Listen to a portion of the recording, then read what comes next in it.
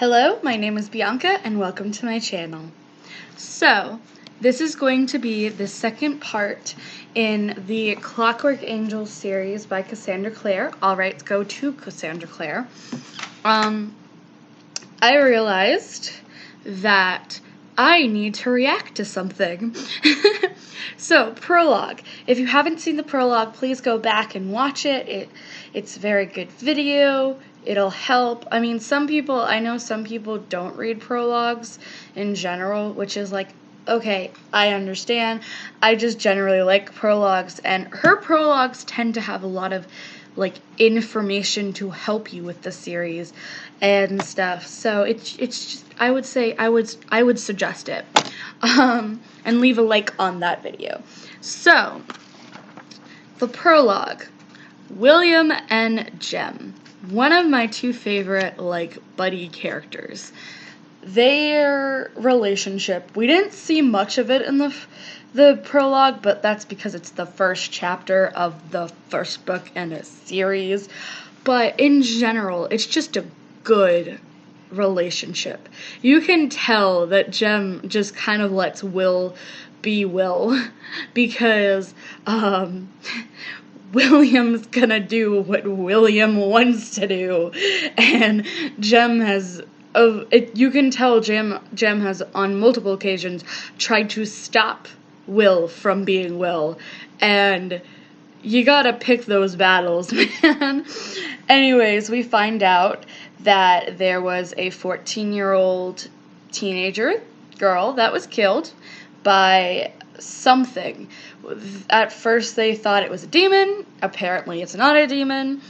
They're thinking it's more like mundanes, which are humans, non-magicalness, that are wielding in dark magic, because that's a thing.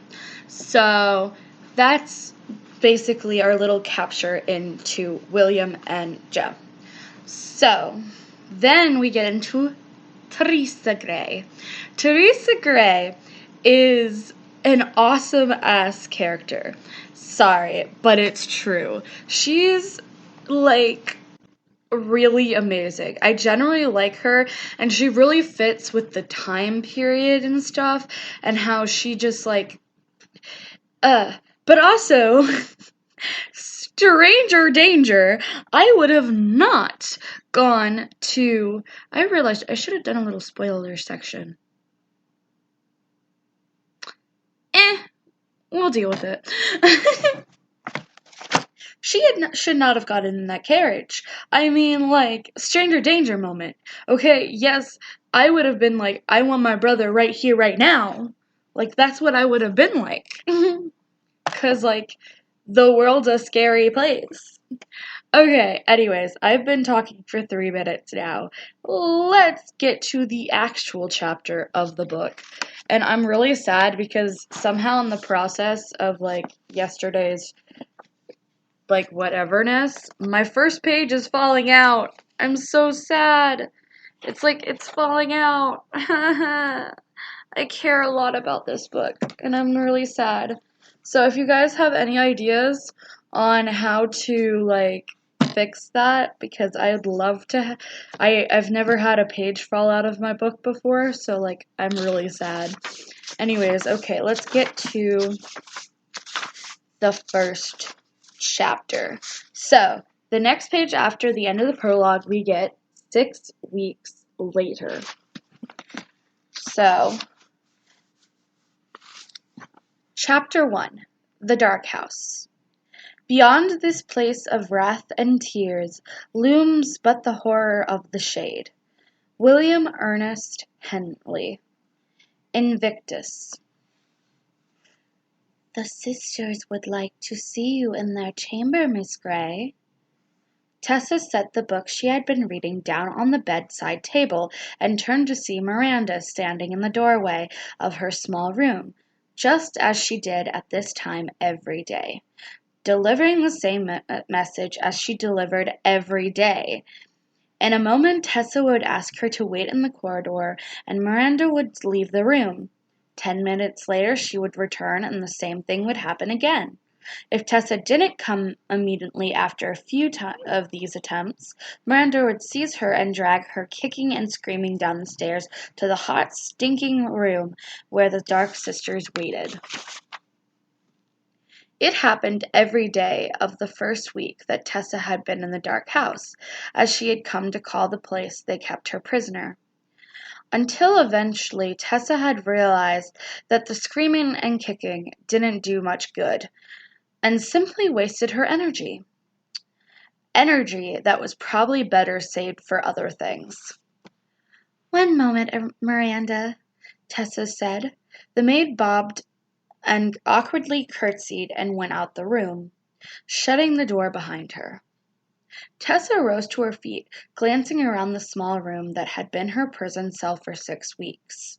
It was small, with flowered wallpaper and sparsely furnished, a plain deal table with a white lace cloth over it where she ate her meals, the narrow brass bed where she slept, the cracked washstand and porcelain jug for her ablutions, the window sill where she stacked her books, and the small chair where she sat each night and wrote letters to her brother.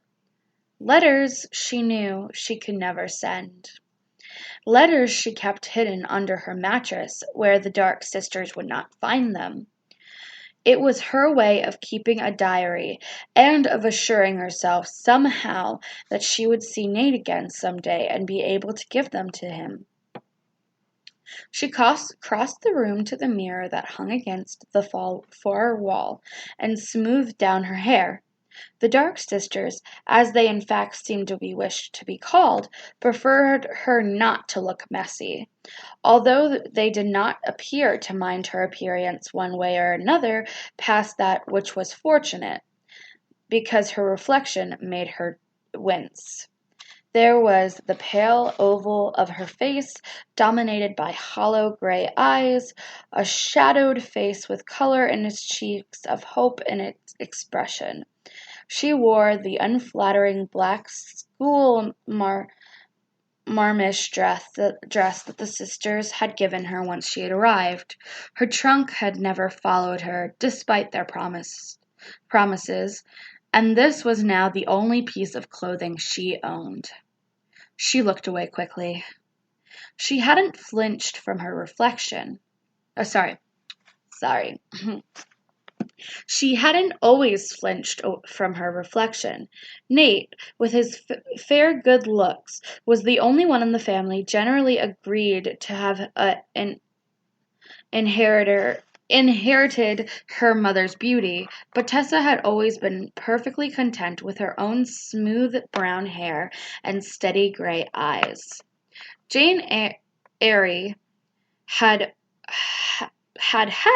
brown hair, and plenty of other heroines besides. And it wasn't so bad being tall either.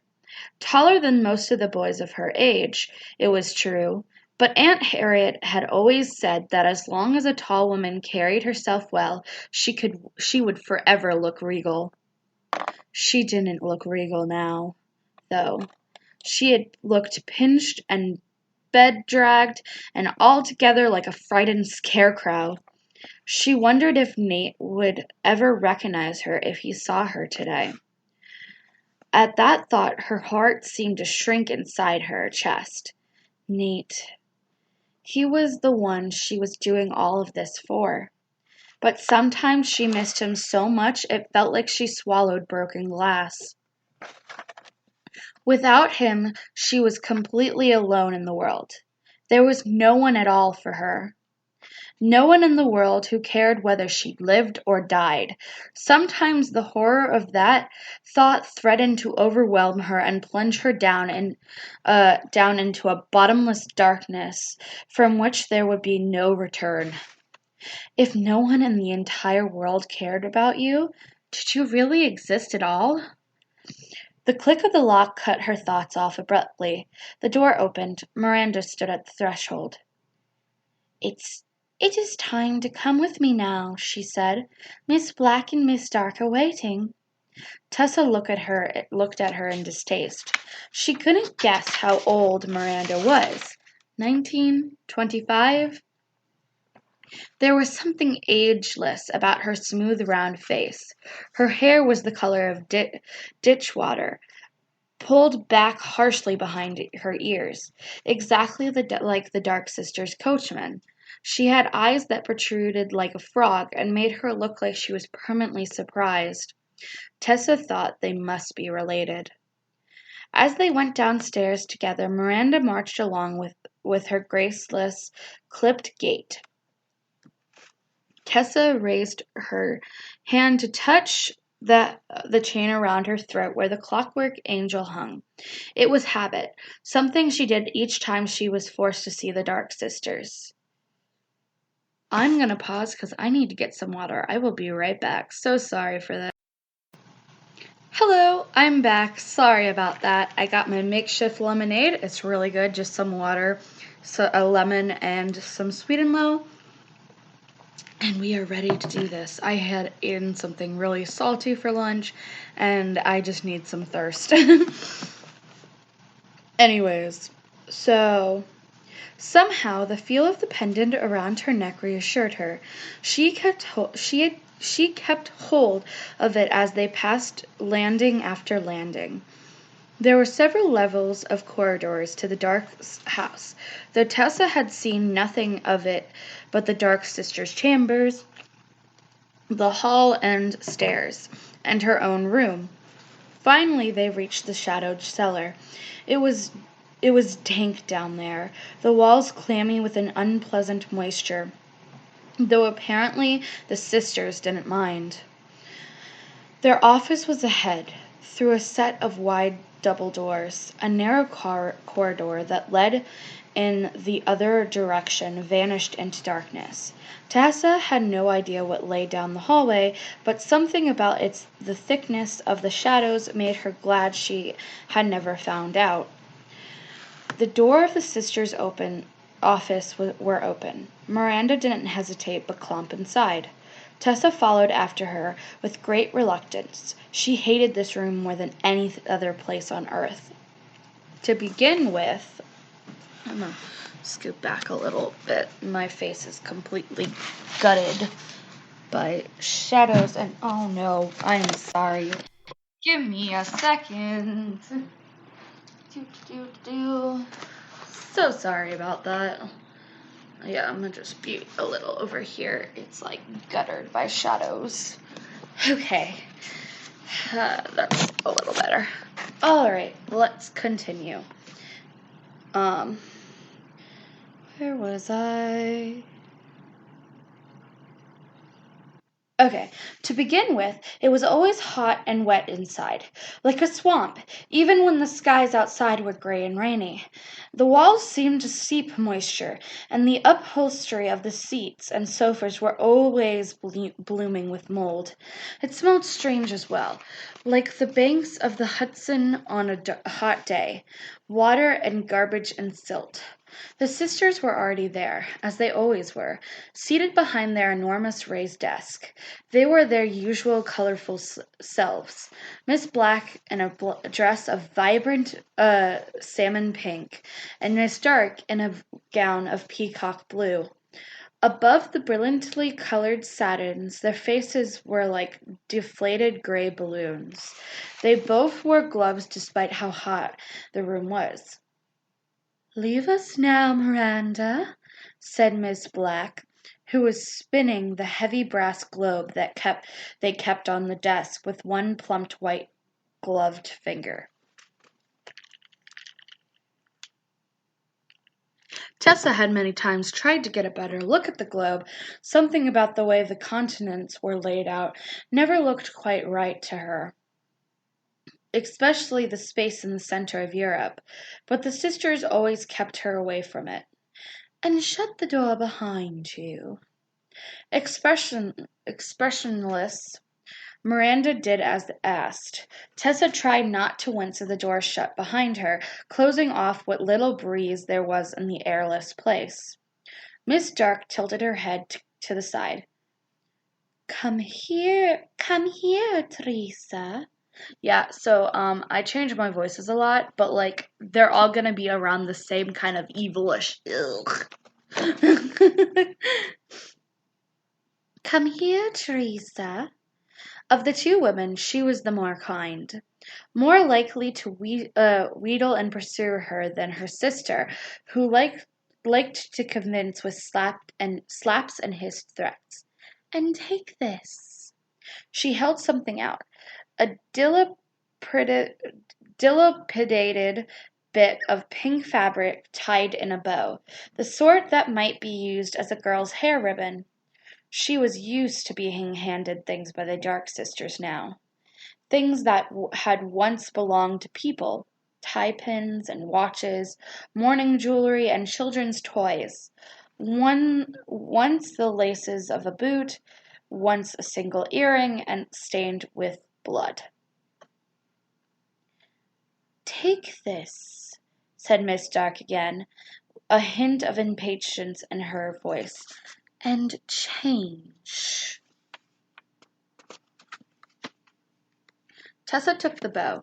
It lay in her hand, as light as a moth's wing, and the Dark Sister stared impassively at her.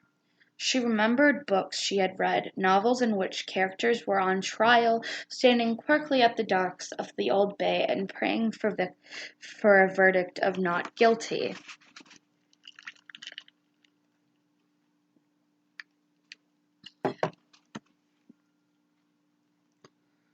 She often felt she was on trial herself in this room, without knowing of what crime she stood accused. She turned the bow over in her hand, remembering the first time the Dark Sisters had handed an object to her, a woman's glove with pearl buttons at the wrist. They had shouted at her to change, had slapped her and shaken her as she told them over and over again with a rising hysteria that she had no idea what they were talking about, no idea what they were asking her to do. She hadn't cried, even though she wanted to. Tessa hated to cry, especially in front of people she didn't trust. And of the only two people in the world that she trusted, one was dead and the other was imprisoned. They had told her that, the Dark Sisters, had told her that they had Nate, and if she didn't do what they said, he would die. They'd show her his ring, the one that had been her father's, stained with blood now, to prove it. They hadn't let her hold it or touch it, had snatched it back as she reached for it, but she recognized it. It was Nate's. After that, she'd done everything they'd asked, had drunk the potions they'd given her, done for hours of agonizing exercises, forced her to think the ways they wanted her to. They'd told her to imagine herself as clay being shaped and molded on the potter's wheel, for her form amorphous and changeable. Her form amorphous and changeable. They told her to reach down into the objects they gave her, to imagine them as living things, and draw out the spirits that animated them. It had taken weeks, and the first time she changed, it had been so blindly painful that she'd vomited and passed out. When she had woken, she'd been lying on one of the moldering chairs in the Dark Sisters' rooms, a damp towel being sponged across her face. Miss Black had been there, leaning down over her. Her breath was bitter and as vinegar, her eyes alight. "You did well today, Teresa," she said. "Very well." That evening, when Tessa had gone up to her room, there had been gifts for her, 2 new books on her bedside table. Somehow the Dark Sisters had realized that reading and novels were Tessa's passion. There was a copy of Great Expectations and of all things, Little Women. Tessa had hugged the books to herself alone and unwatched in her room, and had let herself cry. It had grown easier since then. The changing? Tessa still didn't understand what happened inside her to make it possible. But she had memorized the series of steps the Dark Sisters had taught her, the way a blind person might memorize the number of paces it takes to walk from her from her bed to the door of their room. She didn't know what was around her in the strange dark place they asked her to journey to, but she knew the pathway through it. She drew on those memories now, tightening her grip on the ragged piece of black fabric she held. She opened her mind and let the darkness come down, let the connection that bound her to the hair ribbon and the spirit inside it, the ghostly echo of the person who had once owned it, unraveled like a golden thread leading through the shadows. The room she was in, the obsessive heat, the noisy breathing of the Dark Sisters, all of it fell away as she followed the thread, as the light grew more intense around her, and she wrapped herself in it as she was wrapping herself in a blanket. Her skin began to tingle and sting with thousands of tiny shocks. This had been the worst part once. The part that had convinced her she was dying. Now she was used to it, and bore it stoically as she shuddered all over, from her scalp to her toes. The clockwork angel around her throat seemed to tick faster, as if in rhythm with her speeding heart. The pressure inside her skin built. Tessa gasped, and her eyes, which had been closed, flew open as the sensation built to a crescendo and then vanished. It was over.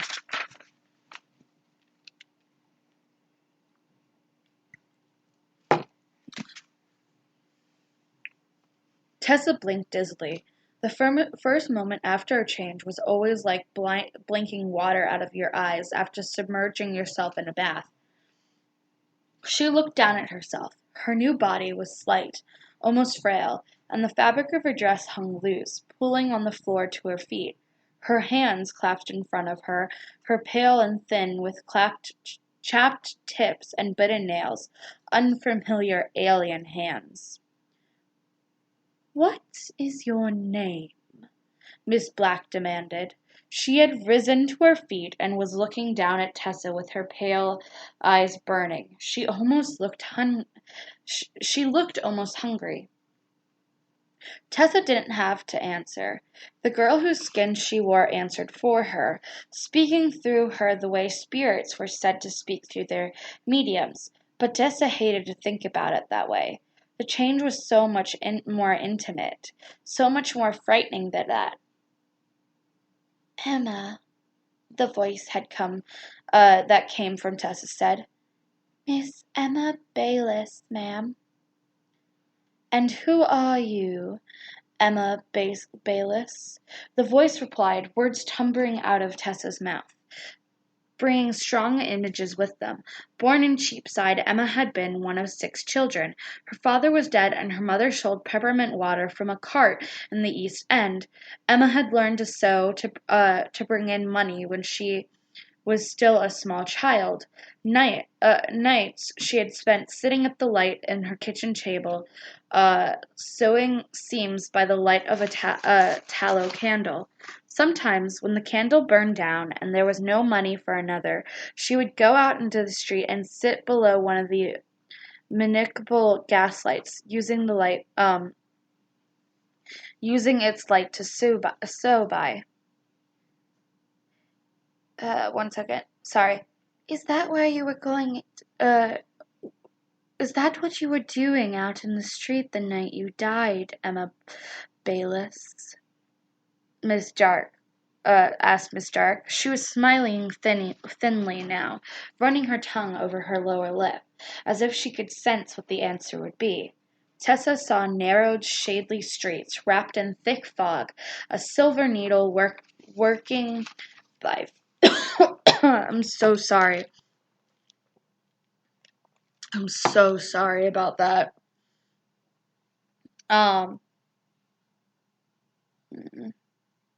A silver needle working by faint yellow gaslight.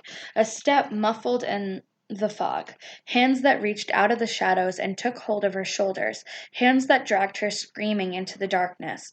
The needle and thread falling from her hands, the bows ripped from her hair as she struggled, a harsh voice shouting something angry, and then the silver blade of a knife flashing down through the dark, slicing into her skin, drawing out the blood, pain that was like fire, and terror like nothing else she'd ever known. She kicked at the man holding her, succeeding in knocking the dagger from his hand. She caught the blade and ran, stumbling as she weakened, the blood draining out of her fast, so fast.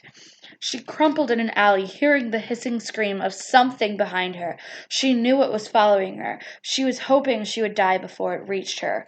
The chain shattered like glass. With a cry, Tessa fell to her knees, the torn little bow falling from her hand. It was her hand again.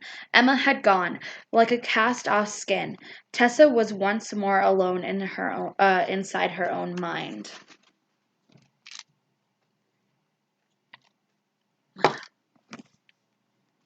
Miss Black's voice came from far away. "Teresa, where is Emma?" "She's dead," Tessa whispered. "She died in an alley, bled to death." "Good. Good," Miss Dark exhaled, a sound of satisfaction. "Well done, Teresa. That was very good." Tessa said nothing. The front of her dress was splotched with blood, but there was no pain. She knew it was not her blood. It wasn't the first time this had happened. She closed her eyes, spinning in the darkness, willing herself not to faint. We should have had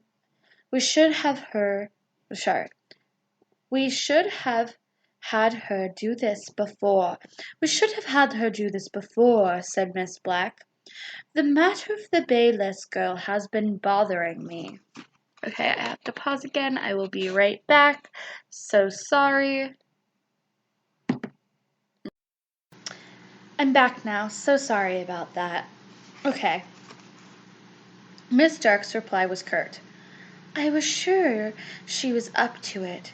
You remember what happened with the Adams woman? Tessa knew immediately what they were talking about. Weeks ago she had changed into a woman who had died of a gunshot wound to the heart. Blood had poured down her dress, and she had changed back immediately, screaming in hysterical terrors until the sister had made her see that herself was unharmed.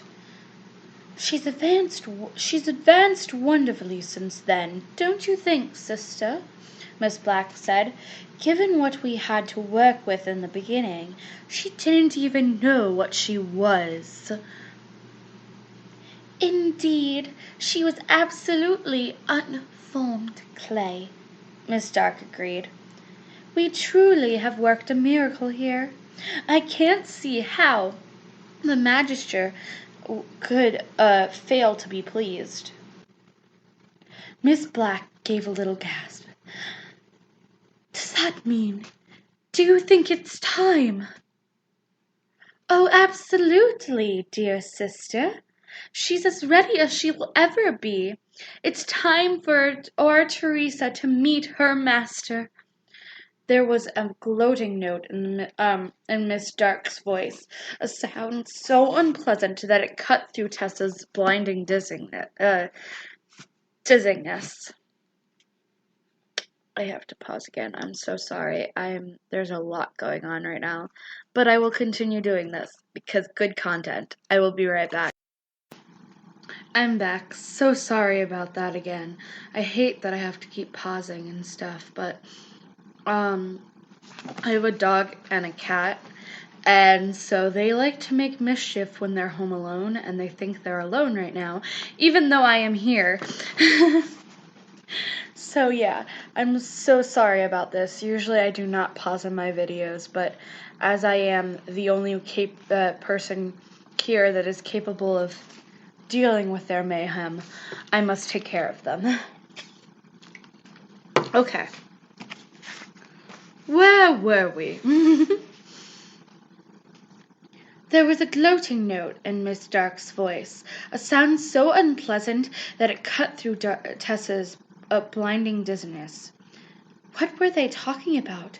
Who was the magister? She was watching through lowered eyelashes as Miss Dark jerked the silver bell push that would summon Miranda to take Tessa back to her room. It was appeared that lessons were over for today. Perhaps tomorrow, Miss Black said, or even tonight. If we told the magister she was ready, I cannot imagine he would not hurry here without delay. Miss Dark stepped out from beside the desk and chuckled. I understand that you are eager to be paid for all of our work, dear sister. But Teresa must not be simply ready. She must be presentable as well. Don't you agree? Oh, sorry. She must be presentable as well as able. Don't you agree? Miss Black followed her sister, muttering a response that was cut short as the door was opened and Miranda came in. She wore the same dull look as ever. The sight of Tessa crouched and bloody on the floor seemed to occasion no surprise in her. Then again, Tessa thought she would probably seen far worse in this room. Take the girl back to her room, Miranda. The eagerness was gone from Miss Black's voice, and she was bruquest again, and she was all bruquestness again. Get the things, the ones we showed you, and get her dressed and ready. The things you showed me. Miranda sounded blank, and Miss Dark and Miss Black exchanged a disgusted look and approached Miranda, blocking Tessa's view of the girl. Tessa heard them whispering to her and caught a few words. Dresses, and wardrobe room, and do what you can to make her look pretty. And then finally, Tessa heard the rather cruel, I'm not sure Miranda is clever enough to obey vague instructions of that sort, sister.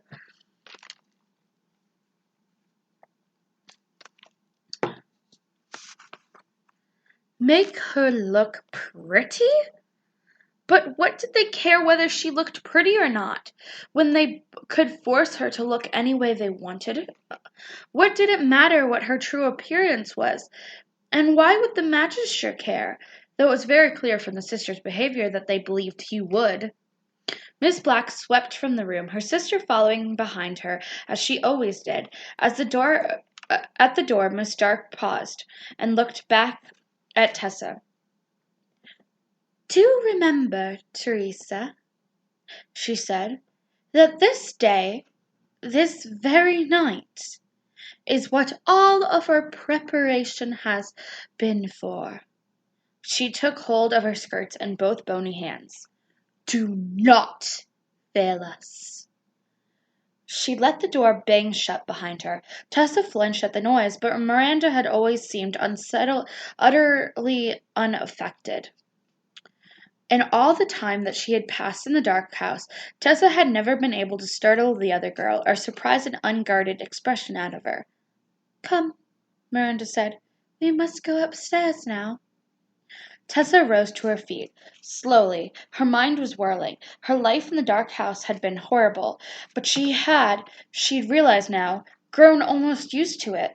She had known what to expect each day. She had known the Dark Sisters were preparing her for something, but she had not known what that something was. She believed, naively, perhaps, that they wouldn't kill her. Why waste all this training if it was all for her to die? Oh, sorry. Why waste all this training on her if she was only going to die? But something in Miss Dark's gloating tone gave her a pause. Something had changed. They had achieved what they wanted with her. They were going to be paid, but who was going to do the paying? Come, Miranda said. We must get you ready for the magister. Miranda, Tessa said. Miranda, Tessa said. She spoke softly, the way she might have spoken to a nervous cat. Miranda had never answered a question of Tessa's before, but it didn't mean it was worth trying. "Who is the Magister?" There was a long silence. Miranda stared ahead of her, stared straight ahead. I'm so sorry. I just completely lost my place. Stared straight ahead, her doughy face impassive. Then, to Tessa's surprise, she spoke. "The Magister is a very great man," she said. "It will be an honor for you when you are married to him." "Married?" Tessa echoed. The shock was so intense that she could suddenly see the whole room more clearly. Miranda, the blood-splattered rug on the floor, the heavy brass globe on the desk, still tilted in the permission Miss Black had left it in. "Me? But who is he?" He is a very great man," Miranda said. "It will be an honor." She moved towards Tessa. "You must come with me now." "No, no." Tessa backed away from the other girl, retreating until the small of her back stuck painfully against the desk. She looked around desperately. She could run, but she'd never gone past Miranda to the door. But she'd never get past Miranda to the door. There was no windows, no doors to the other room. If she hid behind the desk, Miranda would simply drag her out and haul her to her room. "Miranda, please!" "You must come with me now," Miranda repeated. She had almost reached Tessa. Tessa could see herself reflecting in the black pupils of the other girl's eyes, could smell the faint, bitter, almost churling smell that clung to Miranda's clothes and skin. "You must, you must." With the strength she didn't know she possessed, Tessa seized the base of the brass globe on the desk, lifting it and swung with all her might at Miranda's head.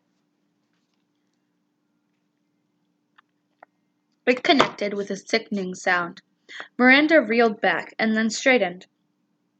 Tessa shrieked and dropped the globe, staring. The whole left side of Miranda's face was crushed in, like a paper mask that had been smashed flat on one side. Her cheekbone was flattened, her lips smashed against her teeth. But there was no blood at all. "You must come with me now," Miranda said in the same flat tone she always used. Tessa gasped. "You must come, must, you." Miranda's voice shuddered and broke, designating into a stream of gibberish. She moved towards Tessa, then jerked to the side, twitching and stumbling. Tessa turned to the desk and began to back away as the injured girl spun faster and faster. She reeled across the room like a staggering drunk, still shrieking, and crashed into the wall, which seemed to stun her. She collapsed to the ground and lay still. Tessa raced to the door and out onto the corridor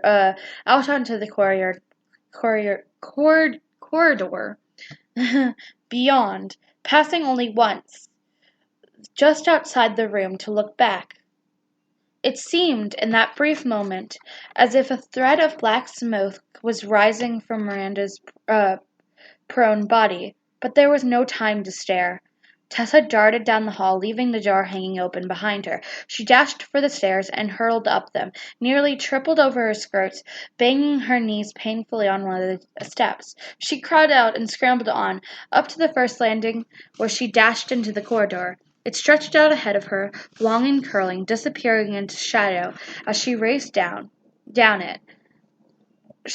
She saw that it was lined with doors. She paused and tried again, but it was locked, and so was the next one and the next one after that. Another set of stairs led down to the end of the hallway. Tessa raced down them and found herself in an entryway. It looked as if it had once been grand. The floor The floor was cracked and stained marble. The high windows on either side were shielded with curtains. A little bit of light spilled through the lace, illuminating the enormous front door. Tessa's heart leaped. She dived for the knob, seized it, and flung it open. With a narrow cobblestone street beyond, the rows of terraced houses lined either side. The smell of the city hit Tessa like a blow. It had been so long since she'd breathed outside air. It was close to dark. The sky was the dimming blue of twilight, obscured by the smudges of fog. In the distance she could hear voices, the cries of children playing, the clop of horses' hooves, but the street was nearly deserted, save for a man leaning against a nearby gaslight, reading a newspaper by the light. Tessa dashed down the steps, and towards the stranger, catching him by the sleeves. "Please, please, sir, if you could help me." He turned and looked down at her. Tessa stifled a scream. His face was as white and as waxy had been the first time she'd seen it.